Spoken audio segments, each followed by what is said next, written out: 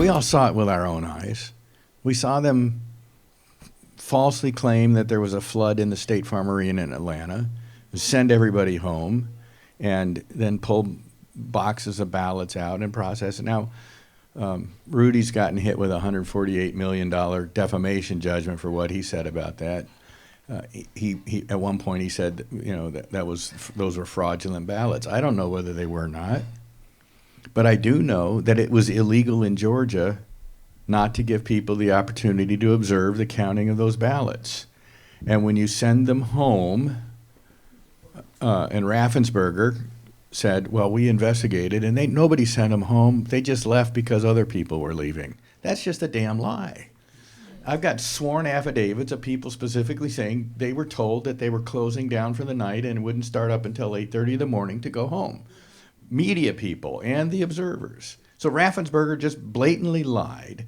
And then having been sent home, now the people that then started it back up again, I don't think it was necessarily nefarious. As soon as somebody in the Secretary of State's office realized they stopped the counting, they said, you can't stop the counting, you got to keep going. So they were ordered to start up again. But it doesn't matter that they were ordered to start up again.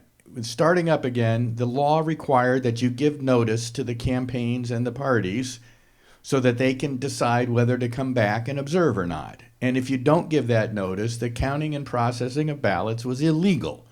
It didn't matter whether there was any fraudulent ballots in those bins or not. Now, the other thing that went on, they've caught on tape scanning ballot batches multiple times. And they claim, oh, it was, the machine jammed, and so they had to rerun it again. Garland Favorito, one of the people that testified on my behalf at the bar trial, by the way, not even mentioned in the whole 100-page opinion attacking me by the judge, so she could continue to say there's no evidence. If you ignore the evidence, there's no evidence, I guess. Does a tree when it falls in the woods and nobody's there? Never mind. So Garland's got the only remaining still active election challenges from 2020. And the judge down in Fulton County apparently didn't get the memo, allowed him to have discovery, and his forensic analysis team looked at one of the machines. And what they discovered in just 1 week on one machine, before the judge, somebody said, we're not supposed to do that, and he withdrew his order giving them discovery, 5,000 ballots that were in identical sequences and double counted. 5,000. The margin in Georgia was 11,779. Now, I asked Garland, I said, please tell me you got the timestamp of when those double counting were occurred, because if it matched up with Ruby Friedman on that video, we'd have them nailed. He said he pulled the plug before we could get the timestamp. So we don't have that. But nevertheless, whether they were her scanning them multiple times in State Farm or the images were just being replicated inside the machines and counted multiple times, it's still a fraud. It's still a fraud. And how did he get to this? Gets a little in the weeds, but it's one of the most clear-cut proofs of fraud that we have. Think about how we used to do elections. And some people could vote absentee, and their absentee ballots were sent to the local precinct to be counted along with the in-person votes from that precinct. What they did in 2020 in every one of the major cities was centralize county-wide all the counting of those absentee ballots. So in Atlanta, State Farm Arena, that meant there were 490 precincts, ballots from 490 precincts all being counted together, coming in randomly, and they were put in batches of 100 randomly because how they came in. They didn't come in stacks, this is some precinct from this neighborhood or whatever. They were just random received. Now, we got any mathematicians, right? What's the odds that a batch of by the way, every ballot has to tell you what precinct it is because precincts have different races. And there's a little code that tells the machine which key to look to when they're registering the votes. So that means my sequence of the 100 is going to be unique, or not quite unique. It's going to be 100 to the 490th power unique. Right? That's like a quadrillion zillion number, right? The odds that any two stacks of that 100 are in identical sequence is zero, about as close to zero as you can get. And yet Garland Favorito's team discovered 5,000 ballots that were in exactly the same 100 sequence. That's proof positive of fraud. All right, and so we all saw that, and we weren't allowed to raise questions about it. The courts, how many have heard, well, 65 courts rejected any of all of Trump's claims? That's just a lie, too. And Lessig, by the way, I'm sure Lessig is catching hell in the faculty lounge at Harvard for coming out, but he's an honest scholar. He said the judges were just dismissing these things on technicalities. We had one judge, case brought several months before the election. The Secretary of State, Michigan or Wisconsin, I forget which one, had issued a guidance that was clearly in violation of the state law. And why is that important? Because the Secretary of State doesn't get to alter the rules. The Constitution's very clear. Article 2 says the state legislatures have the sole power to direct the manner of choosing presidential electors. And when these county clerks or secretaries of state or even state court judges were changing the rules without legislative authority, that was unconstitutional. And so they challenged this illegal guidance. And the judge says, well, it's called a guidance, so we don't really know whether they're going to violate the law in accord with the guidance come election day. So case dismissed, not ripe. And then when the guidance was followed on election day and the illegality actually occurred, the Trump people brought a suit, same suit, challenging the illegal guidance. And the judge said, you can't wait till your guy loses to bring a suit. You should have brought it months ago. Case dismissed, laches. You waited too long. This is the kind of crap we were dealing with left and right. And so the question is, what do you do for the American people who saw all this? Because this remains a festering sore on our body politic. And my advice was to send it back to the state legislators. They had said, we're back in session now. Unfortunately, our governors refused to call us in session 2 months ago when we could have done something about this more timely. We're back in regular session now. We want the next 10 days to really assess the impact of that illegality. And oh, by the way, we'll report back to you, Mr. Pence. If the illegality affected fewer votes than the margin, we will let you know that, and you can properly certify Biden. And the Trump supporters will now find more solace in the fact that their guy actually lost. But if we don't ever have that investigation, this is going to fester. And that's what we were trying to do. And, as we say in the movie, the thing I actually recommended by Senate and legislatures was, if the legislature determines that the illegality affected fewer votes in the margin, then we let Pence know and Biden wins. How is that criminal? Anyway, that's why we were trying to, and why it's so important. Because if we don't take issue with the illegality and the rules don't matter, then it's no longer, we're never going to have free and fair elections. And then we no longer control and I know there are a bunch of progressives who think the whole point of the whole progressive movement of the last century is we're too stupid to control ourselves. We need the experts controlling it for us. They need to tell me how straight back my seat ought to be at my desk, and they ought to whatever, and they ought to my son should be a girl or whatever it is they're expert on. That's not the Constitution we have, and I thought it was worth fighting for. So there we go. Yeah. Never stop. Today was you were appealing your disbarment recommendation. Did anybody watch that? It was just south of here, but I know Bannon live streamed it. What court was it? California Bar Court. California Bar. Nope, I watched it because I'm crazy this way. It was riveting. It was nauseating. Your final remarks were just completely, you laid out the case. Any of them listening, how do you throw out what you say? I mean, it was just so incredible. Tell us how that went today. So, the bar court judge, who, by the way, ever since she's been on the bench, she continues to donate to Democrats. Some of her donations have actually been funneled to organizations that are challenging Trump and doing the lawfare. So she's sitting in judgment over me and the lawfare attacks against me while she's donating to the very organizations that are participating in that. It's really extraordinary. She has no authority to actually impose a discipline. She can only recommend, and she recommended disbarment a year ago. By the way, if you want to see what my family support, my kids did an article. That recommendation ruling came down on Wednesday of Holy Week last year, and by law it took effect 3 days later. So for those of you that are Christian or Catholic in the audience, you know the significance of the 3-day time period in Holy Week.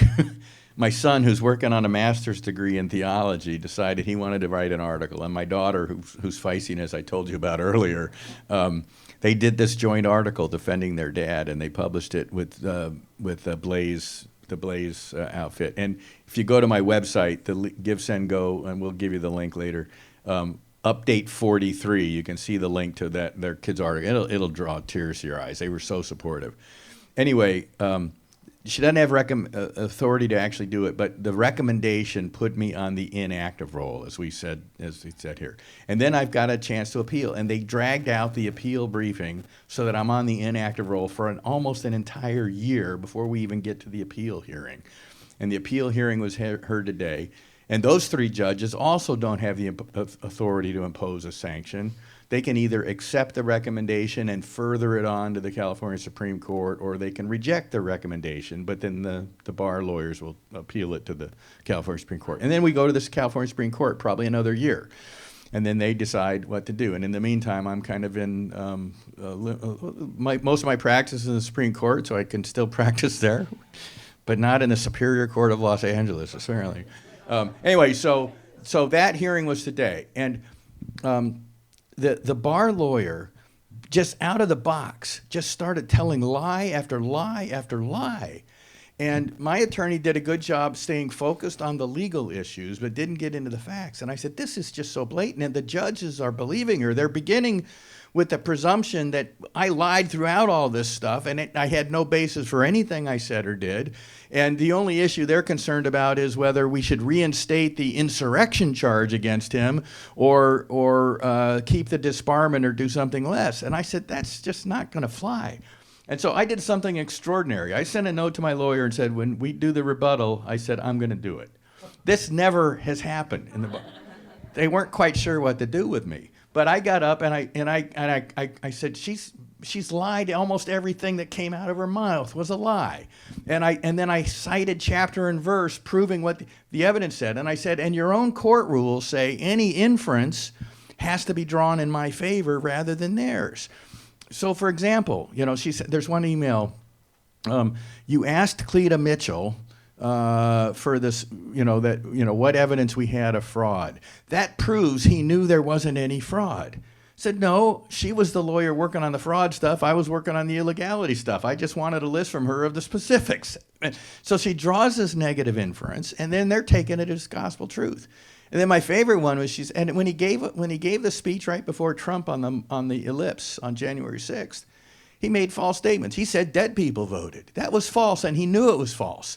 Well, in the charges they brought against me, they made that claim. He said dead people voted. He knew that was false because the Inspector General of Michigan had determined that only 1,500 dead people voted. And I said, in the very paragraph where they said I made a false statement, they admit that it was true. And I just laid into them. And they even doctored a quotation from a court decision on one of the critical issues about the constitutionality of the Electoral Count Act.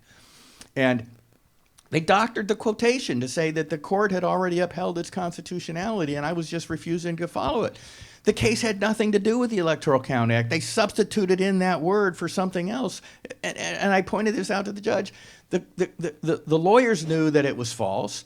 We called them on it. They didn't retract it. The trial court judge repeated the false statement as if it was true in the ruling against me. And these guys were accepting it as gospel truth. And then one of the judges had said, well, the signature verification issue down in Georgia, Court of Appeals had already said that was not unconstitutional. I said, Judge, where are you getting that? There's no such decision, right? And he was like, take it back. And, you know, so, I mean, do I think I'm going to win before this judge? Two of the three judges, like the trial judge, continue to donate to Democrats every month to Act Blue. I mean, just constantly. And it's just, it's extraordinary. I have a question. Are you forced to stay with this judge because of that? Can't you just Yeah, there's no, request a change of judge? we looked at it. There's no basis for recusing a bar court judge. But even if there was, every one of the bar court judges is the same. They're all they're appointed either by Newsom or the Speaker of the Assembly or the head of the Senate Rules Committee.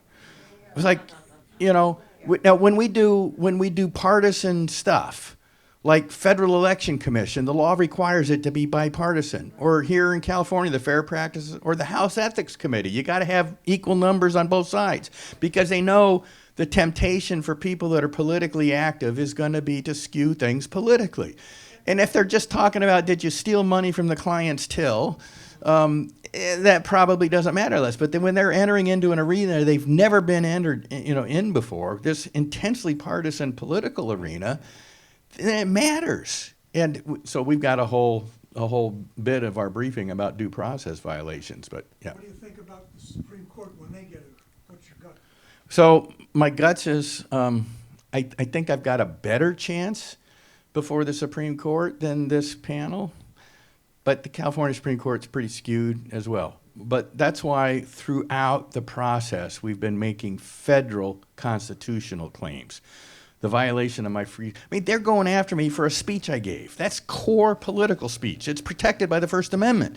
Even if what I said was false, and even if I knew it to be false, it's still protected by the First Amendment.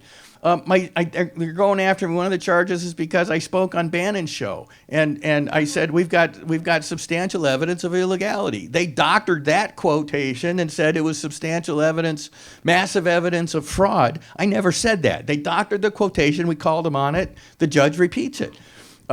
So those federal constitutional claims give me grounds for asking the U.S. Supreme Court to take it if the California Supreme Court affirms the disbarment. I don't know whether they will. They've kind of been punting on anything to do with the election. But this is such an egregious abuse. I hope they will. Yes, sir. Your rights have been violated by the FBI and then by the media. Question is, my rights have been violated by the FBI, the media, lots of other people, Liz Cheney. I guess Liz Cheney made me the most famous lawyer in the country. I ought to thank her, I suppose. So a couple of things happened just recently. The Georgia State Senate 2 weeks ago passed a bill that said if anybody that's prosecuted by a DA who gets disqualified can get reimbursed for all of their legal fees. And surprisingly, the bill passed the Senate unanimously. And it's now pending in the House of Representatives. So that'll be good. That's about 250,000 thus far and running in Georgia. In Arizona has the only anti-SLAPP statute in the country that applies to criminal prosecutions. I won't get into the details about that, but it basically means on the front end, if my First Amendment rights are being violated by the prosecution, I can file a motion to dismiss, and unless the prosecutor can prove that the prosecution had nothing to do with trying to silence my First Amendment rights, something very hard to prove, the case gets dismissed and they have to pick up my attorney's fees. So that's good. The other thing is Representative Barry Loudermilk, now the head of the J6 committee to investigate the J6 committee, issued a report some months back saying as official finding of the House of Representatives that the J6 committee was illegal, that the issuance of subpoena were unauthorized, and the $300,000 I spent fighting those J6 committees, we're going to file a tort claim action to try and get that recovered. And all of that pales in comparison to something that happened last week, and I want to tell you about this. This is great. Anybody have heard the name Tina Peters? Yes. Right? It's an outrage what they've done to her. Federal law requires that you keep all election records for 22 months and holds accountable for that obligation the county clerks who have the records. The Secretary of State of Colorado was going to do an update to the election systems that was going to destroy all of the 2020 election records in that 22-month window. So she made a mirror image copy of it so that she would still be in compliance with federal law. While she had that mirror image copy, she had a forensic team look at it, and they've discovered code that altered votes, that deleted packets of votes, and then uploaded alternate packets in their place, and they discovered all of this. And for that, she was criminally prosecuted and got a 9-year prison sentence. While she's appealing that, the judge refused to give this 70-year-old Gold Star grandmother a bond for release pending appeal. And so she filed a petition for writ of habeas corpus in the federal court. Last week, the Department of Justice, U.S. Department of Justice, filed a statement of interest in her case. Did two things. One, it says, we think absolutely she got to get bond pending appeal. For heaven's sakes, this woman is not a threat to society. But then it said something extremely important, and I've been waiting for this ever since Inauguration Day. It said, and oh, by the way, court, we just want to put you on notice that we are currently investigating the prosecutors and the judges involved in that travesty against her. And if they're doing it with that, then I think that more broadly, they are very likely, with the task force on weaponization that Pam Bondi set up, looking at what I consider to be a nationwide conspiracy to deprive people of civil rights. That includes the California bar. It includes the prosecutors down in Georgia and Arizona. I mean, in Georgia, the special prosecutor, lover of Fani Willis, that was hired while he was still married, and then claimed he wasn't getting paid from her because in his official sworn things in his divorce proceedings, because he wanted to keep that $750,000 away from the ex. He testifies under oath. He had a whole day. The records at the White House show he was there for a whole day meeting with White House counsel's office and Biden. He testified under oath it had nothing to do with the Georgia case. But he submitted an invoice for that time to the Georgia case. So if you're a lawyer and you submit false invoices, that's a disbarable offense. If you're a lawyer and you lie under oath about what you talked about at that meeting, that's a disbarable offense. This guy, poor guy, I really feel bad for him. Really? Yeah, but you know, the fact that they were coordinating with Biden, and we got lots of other evidence. The States United Democracy Center that filed the bar complaint against me here in California, the Attorney General in Arizona hired them, this virulently anti-Trump group run by Norm Eisen, an old Obama and a Clinton person. They hired States United to prepare the prosecution strategy for the Attorney General of Arizona to go after us. That's like hiring the Fox to do the safety memo for your coup. I mean, it's just insane. So the nationwide coordination for deprivation of, that's a federal felony to deprive people of constitutional rights and have a conspiracy to do it. And, you know, Department of Justice has a lot on their plate, but I think this is an issue of high priority for Kash Patel. And I think he's going to do the investigation and wrap it up with a bow and hand it over to Pam Bondi and say, here you go. So that's what I'm hoping. And until that happens, they're not stopping. Right? I mean, these prosecutors in the states, which Trump has no ability to end by pardon or ordering that they be ended, because they're state prosecutions. This may end it. But they're of the view they had Trump's scalp within their grasp, and now they can't get his. So in order to prove that they could have got it, they're going to get mine. Right? This is, I think, their mentality. They didn't get the memo from the American people on November 5th that we're tired of this. So that's what I hope will happen. But in the meantime, we're still dealing with all this. What's the crap? I got it as well. I tried to get the two Republican Senate candidates in Georgia to challenge the election. They all decided we're just going to go to the runoff. I said, you guys both won. If you get rid of the illegal votes, you both won more than 50%. You don't need a runoff. And they chose not to bring that challenge, and then they stole the runoff. And we end up with a Democrat-controlled Senate because we lost those two seats. They did nothing after it. No. And you know, part of the charges against me, I continued to insist that the election was stolen without any evidence. I'm like, oh my God, how much more evidence do you, anyway, but no, and nobody else down in Michigan, a very clever lawyer up there, every case that was being brought on behalf of Trump in the presidential election was immediately getting hundreds of lawyers on the other side trying to stop it, right? Everyone. So this guy realized there was something wonky that had gone on with the machines in Antrim County, Michigan. And there was a very close school board ballot initiative or something. And so he said, well, I'm not going to challenge the presidential race. That goes to the Superior Court. I'm gonna challenge the school board race, and that goes to the little local probate court or whatever under their law, and nobody will even know it's going on. And he gets this court order allowing him to assess the machines, and this is where they discover the vote flip. Now, it was a stupid error by the people that were doing updates because of a mistake that had been made. But both the plaintiff's expert and the state's expert said, yeah, it was a stupid error, but the machines were vulnerable to hacking, and somebody deleted the 2020 log, so we can't confirm what happened. The 2012, 2016 logs were still there, but the 2020 logs were gone. Why would you do that? Anyway, so we tried. They did it with that local race, but it ended there, you know. And by the way, Matt DePerno is the lawyer's name. The attorney general of the state threatened him with criminal prosecution because he discovered in the motherboard of the machine a Wi-Fi chip, right? Which means these things can be connected to the internet.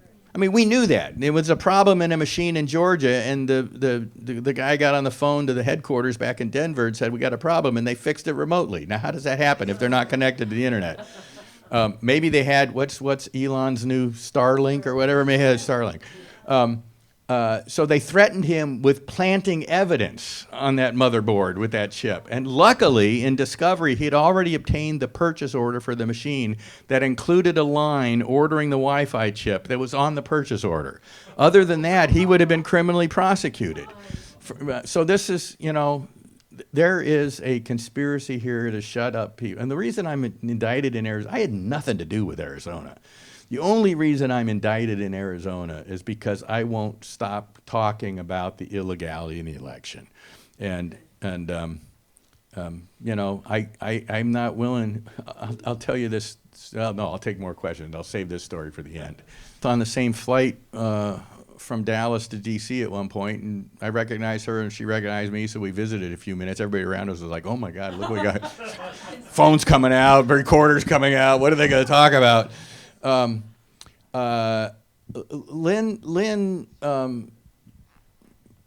Lynn started taking some positions that seemed a little off. Sydney took some positions that I think in the fullness of time will all turn out to be true, but she didn't quite have the evidence locked down at the time, and so they really went after her. She played a risky card in Georgia, asking for an early trial, figuring there's no way the DA's office would be ready to go against her. And what that meant was she thought, under the existing law in Georgia, that the whole case would have to go early when any one of the defendants asked for it. The judge said, no, just you and Ken Chesbrough are going to go early. And they had some motions to dismiss that the judge denied. And then all of a sudden, about a week before, they're going to be looking at a 5-month-long, $2 million trial with everything brought against them without any of the rest of us there to help.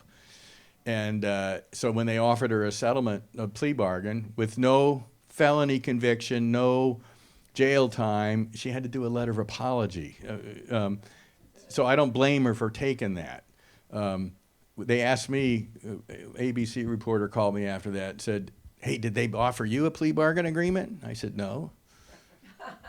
And they said, well, would you take one if they did? I said, well, it would depend on the terms. Well, what would the terms be that you would consider? I said, they dismiss all charges against me, and I'll agree not to bring a malicious prosecution suit against them. And I'll volunteer to testify truthfully for them against anybody else, because nothing I say is going to hurt anybody else, because the truth of it is somehow that story ran, and then they never gave me that plea bargain offer. I don't know why. But no, yeah, Sydney's been, they brought bar complaints against her in Texas. Those were finally thrown out. But the Michigan court, she's not a member of the Michigan bar, but they brought a bar complaint against her up there anyway because she filed an action in federal court in Michigan, even though the Michigan bar has no jurisdiction.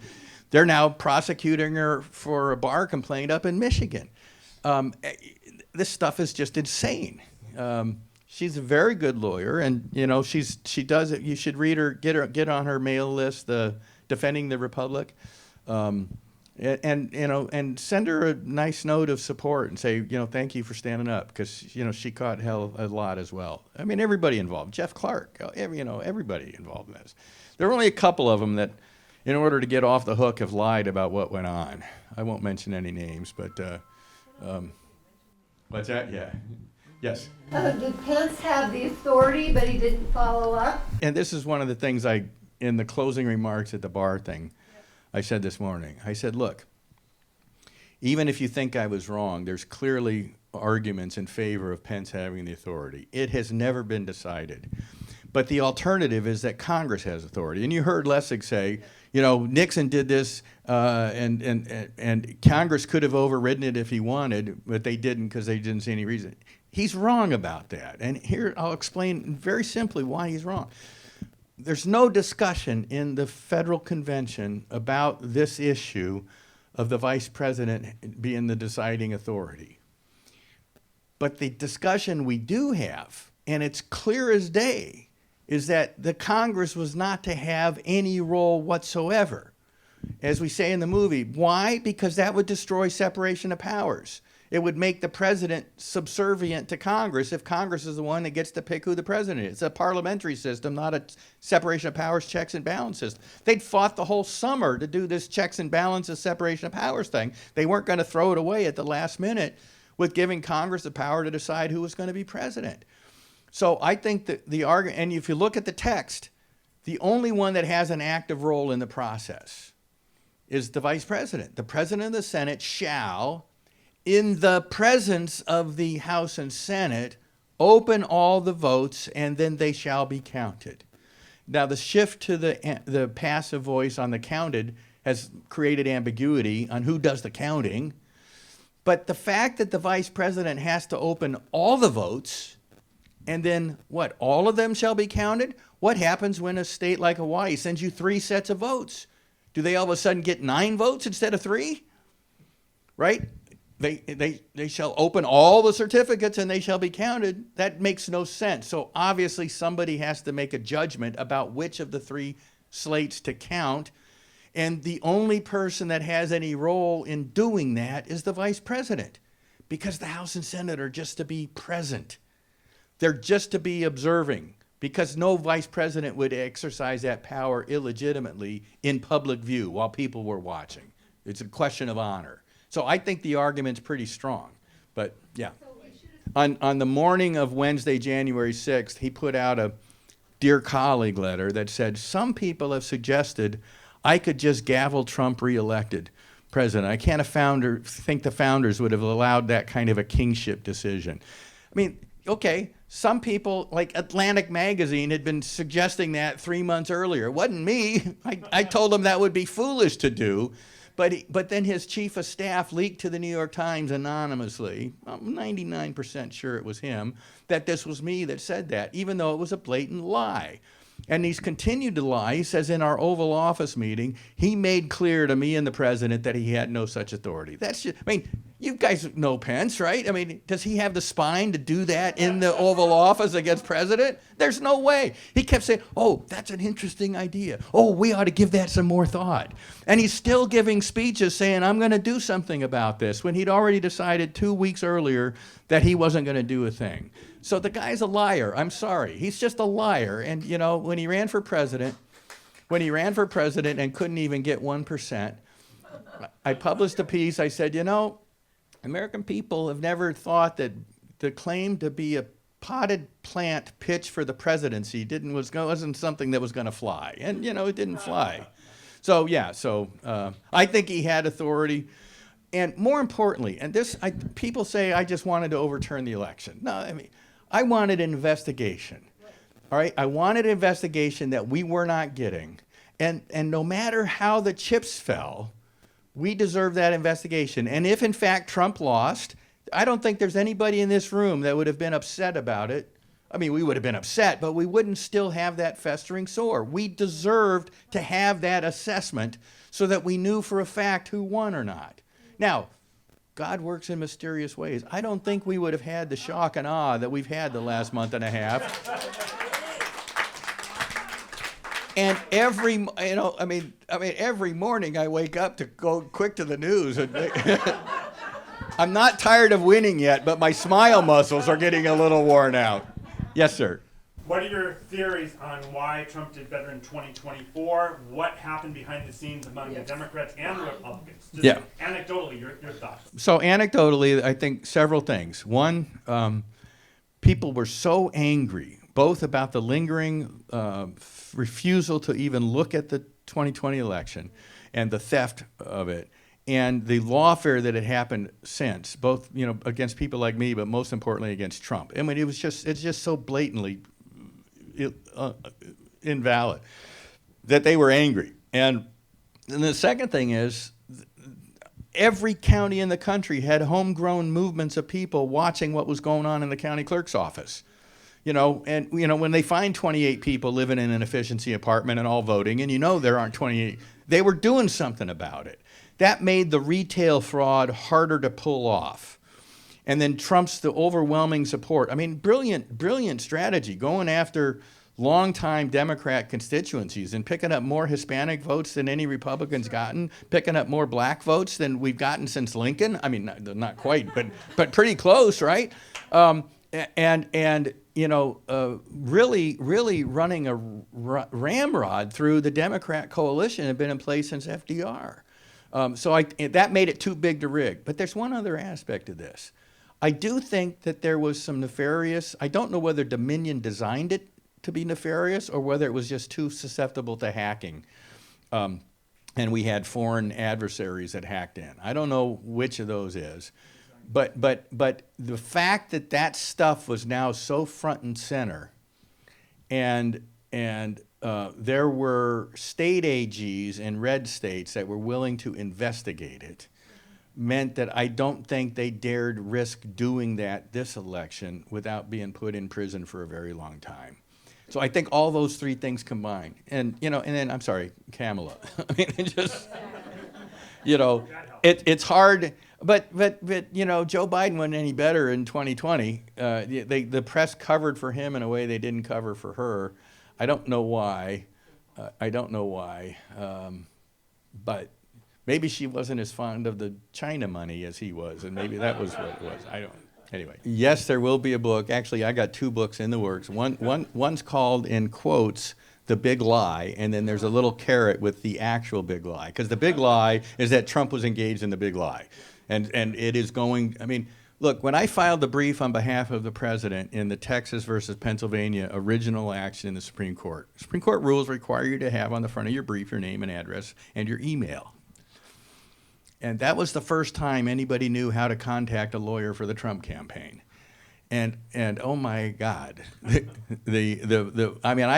got every conspiracy theory. I got things from people. I got from Milan. There was a clandestine meeting at the Milan airport. I got people from New Zealand and Australia telling me what the Constitution says. I mean, it's just amazing. I say that because I have more information about this stuff than almost anybody else. And my mission was to try and sort out the crazy. And I had a guy that told me he had proof of injections from Beijing into every county, and he wouldn't tell me his name. I've subsequently learned it, but he went by the Falcon, and he wouldn't communicate. He wouldn't communicate directly with me, but he communicated through a colleague called Spider. So the Falcon through Spider, and I'm getting this stuff. And I was working with some of the best. I had a former NSA guy, forensic analyst, and a guy still at Sandia Labs. And I said, this is explosive, it's true. And then they looked at it and said, it's just not true. So I was getting that. But I was also getting stuff that was very credible, and then trying to decide what's credible that I can prove in the very short time I have versus what's credible that's going to take longer. And all of that stuff is going to be in the book. And then the second book is called Disbarred, ? martyr for the law, martyr for the Constitution. So those are the ones I'm working on. But I hope it'll be the definitive thing.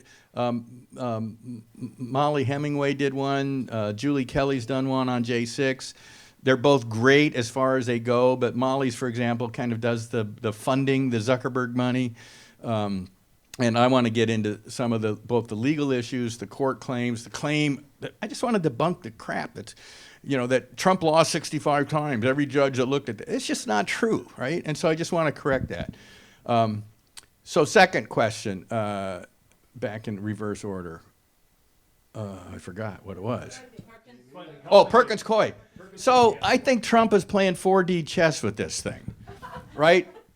Now, by the way, the TRO that the judge issued did not block the investigation into whether their security clearances should be revoked, because that's an authority that the president has directly in plenary. And so they didn't issue an injunction against that, even though that's what all the news stories were talking about.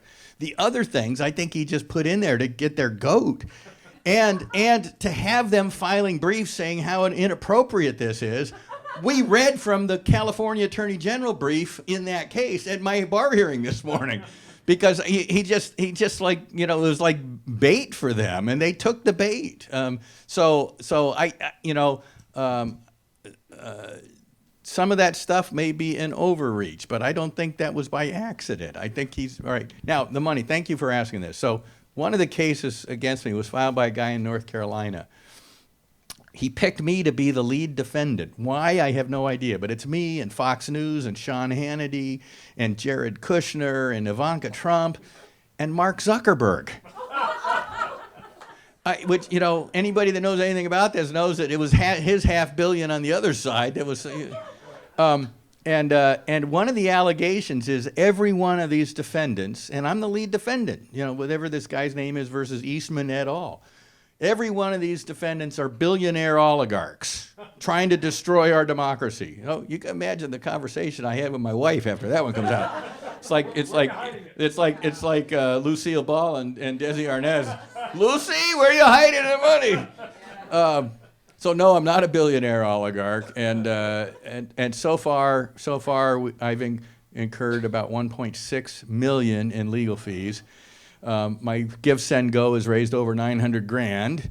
And so that, and I've also got a couple of nonprofits that are helping. But the question about any of the major law firms doing it pro bono, no way.